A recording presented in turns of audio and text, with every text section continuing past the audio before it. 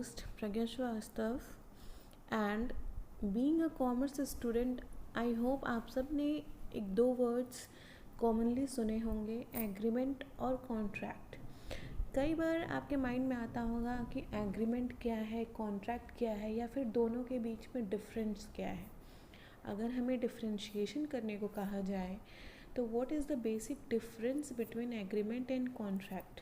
Okay, so guys, today we are going to discuss about this topic in a broad manner with all the written content, and I'll explain every point. Okay, so welcome to my channel Commerce Adda. Guys, stay tuned and stay longer with me. So let's start with our topic, agreement and contract, and what is the difference between agreement and contract. So let's start. सबसे पहले तो हम ये discuss कर लें कि agreement क्या होता है। What is agreement? गाइज, मैंने अपने अदर वीडियोस में क्लियरली एक्सप्लेन किया है कि एग्रीमेंट क्या है, कॉन्ट्रैक्ट क्या है, सेक्शन के अकॉर्डिंग डेफिनेशन क्या है, प्रॉपर डेफिनेशन।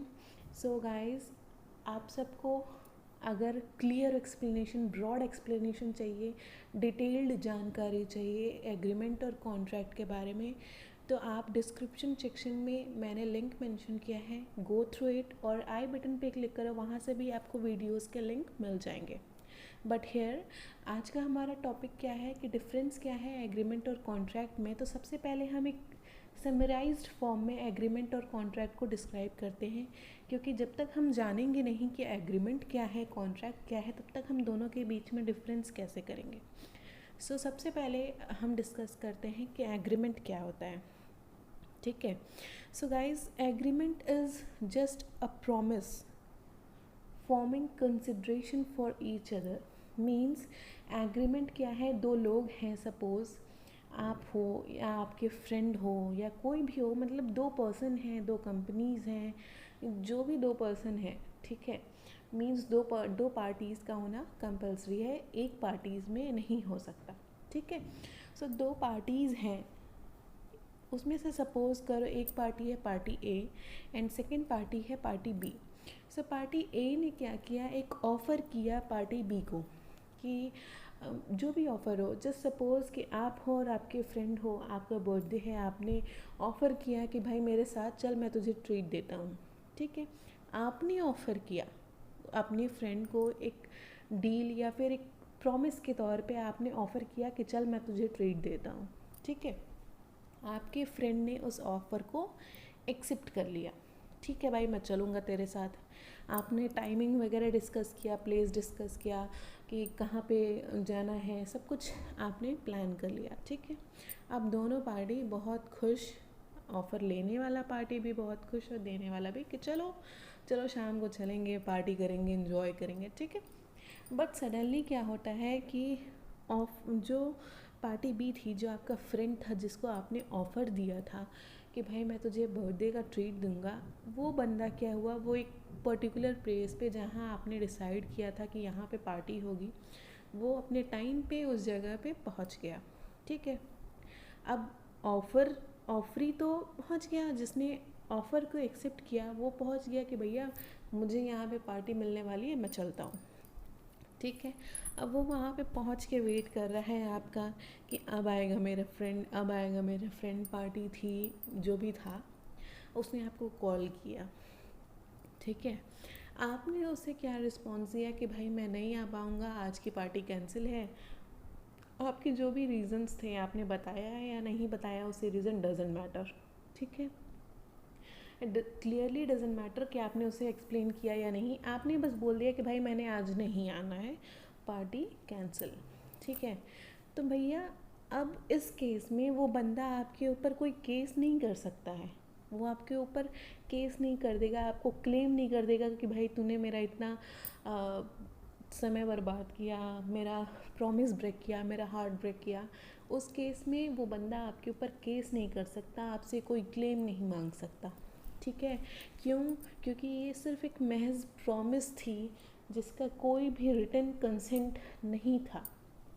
ठीक है, प्रॉमिस का क्या है भैया, हम लोग नॉर्मली एक डायलॉग कहते हैं कि प्रॉमिस है वो तो टूटना ही है। ठीक है, एग्रीमेंट क्या है, एक प्रॉमिस है, जो दो पार्टीज़ के बीच में हुआ है कि मैं ये काम कर दूंगा तुम्हारा, ठीक है, हमने प्रॉमिस एक्सेप्ट कर लिया, ऑफ़र एक्सेप्ट कर लिया। तो पहला एलिमेंट है ऑफ़र, एक बंदा है जो ऑफ़र कर रहा है, और दूसरा एलिमेंट है एक्सेप्टेंस, एक दूसरा बंदा है जो उस ऑफ़र को एक्सेप्ट कर रहा है, ठीक है। यहाँ पे क्या है, अगर वो प्रॉमिस ब्रेकआउट होता है तो आप कोई क्लेम नहीं मांग सकते हो उस बंदे से, जो बंदा आपका प्रॉमिस ब्रेक कर रहा है, ठीक है, कि बस मेरा मूड किया, मैंने मन नहीं किया मेरा काम करने का, या जो भी रीज़न था, आपने प्रॉमिस तोड़ दिया। तो इस कंडीशन में that second party can't do anything, okay. ये एग्रीमेंट क्या होता है, ओरली होता है, ठीक है। आपने ओरली कुछ कह दिया, दूसरे बंदे ने ओरली एक्सेप्ट कर लिया, कोई भी रिटन या फिर रजिस्टर्ड डॉक्यूमेंट नहीं होता है। और जब तक कोई भी प्रॉमिस रिटन फॉर्म में नहीं होगा तब तक कोई भी लीगल ऑब्लिगेशन किसी भी पार्टी की तरफ जनरेट नहीं होता है। अगर यही प्रॉमिस उस बंदे ने रिटन फॉर्म में रजिस्टर्ड कराया होता, दोनों बंदे के साइन हो जाते, देन उस कंडीशन में अगर प्रॉमिस टूटता, ब्रेकआउट करते आप, तो वो क्लेम मांग सकता था आपसे, आपके ऊपर केस कर सकता था। बट अभी इस कंडीशन में जब कोई रिटन डॉक्यूमेंट नहीं है, कुछ नहीं है, तो कुछ नहीं कर सकता वो, ठीक है। और अगर आपने फ्रॉड कर दिया, आपके फ्रेंड ने आपके साथ फ्रॉड कर दिया, तो उस कंडीशन में कोई पेनाल्टी आप उस पार्टी से नहीं वसूल कर सकते कि भैया तुमने मेरा दिल तोड़ा है, लाओ मुझे पैसे दो, ऐसा कोई कंडीशन नहीं जनरेट होता है, ठीक है। तो basically what is agreement, agreement is just a promise, ठीक है। Agreement is just a promise which doesn't create any legal obligation towards any party, and in case of fraud the injured party can't file any case towards that second party, okay। now next, what is contract। आपने समझा कि agreement क्या होता है, अब हम discuss करेंगे कि कॉन्ट्रैक्ट क्या होता है। कॉन्ट्रैक्ट एक एग्रीमेंट से ऊपर उठ के एक सेकंड स्टेप है। कॉन्ट्रैक्ट मतलब एक ऑफर ही है, ऑफ़र किया, एक पर्सन है जो एक्सेप्ट कर लिया, मीन्स यहाँ भी वो दो एलिमेंट है, ऑफ़र एंड एक्सेप्टेंस, वो दोनों एलिमेंट एग्रीमेंट वाले यहाँ कॉन्ट्रैक्ट में भी है। बट यहाँ पे क्या है डिफरेंस, वहाँ पे सब कुछ ओरली था, वहाँ कोई रिटन रिकॉर्ड नहीं था, किसी भी तरह का डॉक्यूमेंट नहीं था, कोई भी रजिस्ट्रेशन नहीं था, जो भी था एक सोशल ऑब्लिगेशन था, लीगल ऑब्लिगेशन नहीं था। भैया मेरा मन करेगा तो मैं तुम्हारा काम करूँगा, नहीं मन करेगा तो नहीं करूँगा वाला कंडीशन था। और तुम मेरा कुछ उखाड़ नहीं लोगे, जो आज के डेट में हम लोग नॉर्मली कहते हैं, ठीक है। तो ये वाली कंडीशन थी एग्रीमेंट में। बट यहाँ कॉन्ट्रैक्ट में क्या होता है, एक एग्रीमेंट है, एक प्रॉमिस है, जिसको हमने रिटन फॉर्म में लीगली रजिस्टर्ड कराया है, जिस पे दोनों पार्टीज़ के साइन हैं। लीगली रजिस्टर्ड होने से क्या फ़ायदा है, क्या नुकसान है, कि अगर एक पार्टी ने दूसरे पार्टी के साथ फ्रॉड कर दिया, भैया आपने प्रॉमिस ब्रेकआउट कर दिया, आपने कहा कि मैं तुम्हारा काम नहीं करूँगा, देन उस कंडीशन में आप उस डॉक्यूमेंट को लेके जाके आप उस सेकंड पार्टी के ऊपर केस कर सकते हो, आप कोर्ट में जा सकते हो, आप उससे पेनल्टी ले सकते हो, आप अपना क्लेम कर सकते हो, ठीक है। और यहाँ पे रिटन रिकॉर्ड होने की वजह से दोनों पार्टीज़ का लीगल ड्यूटी अराइज हो जाता है, लीगल ऑब्लिगेशन जनरेट हो जाता है, ठीक है। ये है कॉन्ट्रैक्ट। यहाँ पे फ्रॉड अगर कोई पार्टी करती है तो आप पेनाल्टी ले सकते हो, आप केस कर सकते हो, आपका मन नहीं भर रहा है पेनाल्टी से, आप केस करो, उसको कोर्ट में ले जाओ, ठीक है। सो दिस इज़ कॉन्ट्रैक्ट, ठीक। सो गाइज आई होप कि आप समझे होंगे कि एग्रीमेंट क्या होता है और कॉन्ट्रैक्ट क्या होता है। सो गाइज़ जो भी इस चैनल पे न्यू हैं, जो फर्स्ट टाइम विज़िट कर रहे हैं, गाइज़ प्लीज़ लास्ट तक वीडियो देखिए। आपको अगर ये चैप्टर, ये पॉइंट समझ में आ जाता है डिफरेंस क्या है, तो आप प्लीज़ सब्सक्राइब करिएगा, please like comment and share करिएगा, बिना लाइक किए मत जाइएगा। एंड गाइज़, जो भी मेरे पुराने व्यूअर्स हैं, guys please support, please like comment and subscribe and share, please please please. So let's start with the main topic. What is the difference between agreement and contract? देखो guys, सबसे पहले तो मैं आपको एक नॉर्मल सी बात बता दूँ। बीइंग अ कॉमर्स स्टूडेंट, कभी भी ना अगर डिफ्रेंसीशन आता है एग्ज़ाम में, तो आप छोटे बच्चों वाले तरीका यूज़ करो डिफ्रेंशिएट करने का।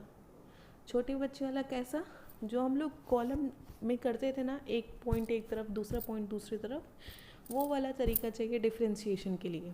क्योंकि अगर पैराग्राफ वाइज आप लिखते हो, तो पैराग्राफ वाइज लिखने में जो एग्ज़ामिनर होता है वो पूरे पॉइंट्स को रीड आउट नहीं करता, वो उसकी तरफ फोकस नहीं करता, और बहुत सारे आपके इम्पोर्टेंट पॉइंट अनचेक्ड छूट जाते हैं। क्योंकि कोई भी एग्ज़ामिनर एक लंबा चौड़ा पैराग्राफ नहीं चेकआउट करेगा, ठीक है। तो अगर आपको मार्क्स गेन करने हैं तो इट्स बेटर कि आप वो पुराना वाला तरीका यूज़ करो, जिससे आप मार्क्स गेन करो। आप 3 कॉलम्स में डिवाइड करो, 2 कॉलम्स तो 2 पॉइंट जिसमें डिफ्रेंशिएशन करना है, और पहला कॉलम बेसिस का। बेसिस मीन्स किस पॉइंट के आधार पे, किस टर्म के आधार पे आप उन दोनों पॉइंट्स में डिफरेंस क्रिएट कर रहे हो, ठीक है। सेम जैसे मैंने किया है, आप देख सकते हो। आप चाहो तो स्क्रीनशॉट ले सकते हो, आप राइट डाउन कर सकते हो, आपको कंटेंट मिल जाएंगे आराम से, ठीक है। So guys, let's start. सबसे पहला है पॉइंट फॉर्मेशन। एग्रीमेंट का फॉर्मेशन कैसे होता है और कॉन्ट्रैक्ट का फॉर्मेशन कैसे होता है। मैंने बताया आपको कि एग्रीमेंट फॉर्म करने के लिए 2 चीज़ें चाहिए, offer and acceptance. Agreement is formed by the process of offer and acceptance. मतलब एक बंदा ऑफ़र कर रहा है, दूसरा बंदा उस ऑफ़र को एक्सेप्ट कर रहा है, यहाँ पे क्या हुआ, एग्रीमेंट हो गया, ठीक है। अब कॉन्ट्रैक्ट कैसे फॉर्म होता है, ठीक है। एक बंदे ने ऑफ़र किया, दूसरे बंदे ने उसे एक्सेप्ट कर लिया, यहाँ तक बात एग्रीमेंट की हुई, ठीक है। बट अब यहाँ सपोज़ एक बंदे ने ऑफ़र किया, दूसरे बंदे ने एक्सेप्ट कर लिया, बट उन दोनों ने डिसाइड किया कि नहीं, हम रिटन फॉर्म में करेंगे, हम लीगली रजिस्टर्ड करेंगे। तो उन्होंने एक लीगली साइन किया, एक लीगल डॉक्यूमेंट साइन किया, जो कि इन्फोर्सेबल होता है लॉ के अंडर में। कि अगर आप दोनों में से किसी बंदे ने उस प्रॉमिस को या फिर उस कॉन्ट्रैक्ट को ब्रेकआउट किया, तो आपके अगेंस्ट केस फाइल कर सकता है नेक्स्ट बंदा, ठीक है। तो फॉर्मेशन एग्रीमेंट का कैसे फॉर्मेशन होता है, agreement is formed by the process of offer and acceptance, and contract is formed when an agreement is sine. मैंने क्या बोला था स्टार्टिंग में कि एग्रीमेंट का एक फर्दर स्टेप है कॉन्ट्रैक्ट, ठीक है। तो contract is formed when an agreement is signed legally and is enforceable by law, ठीक है। सेकेंड पॉइंट है बेसिस है, जिसके बेस पे हमने एग्रीमेंट और कॉन्ट्रैक्ट को डिफरेंशिएट किया है। सबसे पहला सेकेंड पॉइंट है डिफाइंड इन, मतलब किस सेक्शन के अंडर डिफ़ाइन किया गया है एग्रीमेंट को, और किस सेक्शन के अंडर डिफ़ाइन किया गया है कॉन्ट्रैक्ट को। तो गाइस, एग्रीमेंट को डिफ़ाइन किया गया है सेक्शन 2E के अंडर में, और कॉन्ट्रैक्ट को डिफ़ाइन किया गया है सेक्शन 2H के अंडर में, ओके। ये 2 पॉइंट्स हैं। Now next is third point is definition क्या है एग्रीमेंट का और कॉन्ट्रैक्ट का। डेफिनेशन मैं बताती हूँ कि डेफिनेशन क्या है एग्रीमेंट का। तो every promise and set of promises forming consideration for each other is agreement. And contract का डेफिनेशन क्या है, agreement between 2 parties which is enforceable by law is known as contract. एक सिंपल सी line है कि 2 parties के बीच में कोई एग्रीमेंट है जो कि इन्फोर्सिबल है लॉ के अंडर में, कि अगर आपने फ्रॉड किया तो आप कोर्ट तक जा सकते हो, तो उसे क्या कहते हैं, contract, okay. So this was the third point on for the difference. And now fourth point, obligations, ठीक है। ऑब्लिगेशंस मीन्स दायित्व, ठीक है। So agreement does not create any legal obligation. Agreement क्या है, कोई लीगल ऑब्लिगेशन क्रिएट नहीं करता. क्यों? क्योंकि ये एक ओरल एग्रीमेंट है. यहाँ पे कोई प्रूफ नहीं है, कोई रिटन रिकॉर्ड नहीं है, कुछ नहीं है, कोई डॉक्यूमेंट नहीं है कि आप प्रूफ कर सको कि आपके बीच में कोई एग्रीमेंट हुआ था. भैया आपका दिल टूट गया, मैं थोड़ी ना कुछ कर सकती हूँ, आप जाओ. ठीक है, ऐसी वाली कंडीशन है. यहाँ पे क्या है, सोशल ऑब्लिगेशन है, लीगल ऑब्लिगेशन नहीं है. और जब तक लीगल ऑब्लिगेशन नहीं जनरेट होता तब तक आप आपके प्रॉमिस ब्रेकआउट होने पे कुछ नहीं कर सकते हो. ठीक है. और कॉन्ट्रैक्ट के केस में क्या है, कॉन्ट्रैक्ट जो होता है वो रिटन फॉर्म में होता है, रजिस्टर्ड होता है, ड्यूली साइंड होता है, लीगल होता है. इसलिए वो पूरी तरह से लीगल ऑब्लिगेशन क्रिएट करता है. लीगल ऑब्लिगेशन मीन्स अगर आप फ्रॉड करते हो तो आपके अगेंस्ट केस किया जा सकता है. आपकी लीगल रिस्पॉन्सिबिलिटी है उस कॉन्ट्रैक्ट को पूरा करने का. अगर आपने नहीं पूरा किया तो आप झेलोगे. ठीक है, एक सिंपल सी बात है. Now the fifth point is element. What are the elements of agreement and what are the elements of contract. तो एलिमेंट का एग्रीमेंट का एलिमेंट क्या है, मैंने स्टार्टिंग में ही बताया था. दो एलिमेंट हैं, ऑफ़र एंड एक्सेप्टेंस. जब तक कोई बंदा कुछ ऑफ़र करेगा नहीं, दूसरा बंदा उसको एक्सेप्ट करेगा नहीं, तब तक कोई एग्रीमेंट हो ही नहीं सकता. एग्रीमेंट होने के लिए दो चीज़ें बहुत ज़रूरी हैं, वो हैं ऑफ़र और एक्सेप्टेंस. कोई ऑफ़र कर रहा है किसी चीज़ के लिए और उस ऑफ़र को आपने एक्सेप्ट किया है. ठीक है, सो ये दोनों एलिमेंट हैं किसके, एग्रीमेंट के. अब कॉन्ट्रैक्ट के क्या एलिमेंट होते हैं. कॉन्ट्रैक्ट के एलिमेंट हैं एग्रीमेंट एंड एनफोर्सेबिलिटी. यहाँ पे हमने क्या बोला, एग्रीमेंट.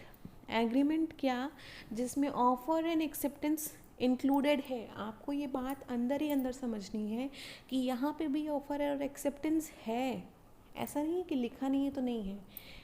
जब दो एलिमेंट को मिला के एक एग्रीमेंट वर्ड बन रहा है, ऑफर एंड एक्सेप्टेंस को मिला के एग्रीमेंट वर्ड बन रहा है, तो अगर हमें एक जगह एग्रीमेंट सिर्फ लिख देते हैं तो जाहिर सी बात है कि वहाँ पे ऑफर एंड एक्सेप्टेंस की भी बात हो रही है. ठीक है, सो दो एलिमेंट क्या क्या है कॉन्ट्रैक्ट के. पहला तो agreement means offer and acceptance both are included here. And दूसरा है एनफोर्सिबिलिटी. एनफोर्सिबिलिटी मीन्स वो रजिस्टर्ड हो, लीगली साइंड हो, ताकि फ्रॉड के केस में आप के कोर्ट तक जा सको. ठीक है, इन्फोर्सिबल हो लॉ के अंडर. ठीक, so these are the element of contract. ठीक है, यहाँ पे आपको डिफरेंस क्लियरली दिखा होगा कि एलिमेंट क्या होते हैं एग्रीमेंट के और क्या होते हैं कॉन्ट्रैक्ट के. नाउ और six point is one in other. क्या है, one in other. So agreement क्या है, every agreement need not be a contract. जो सारे एग्रीमेंट क्या है, कॉन्ट्रैक्ट नहीं हो सकते.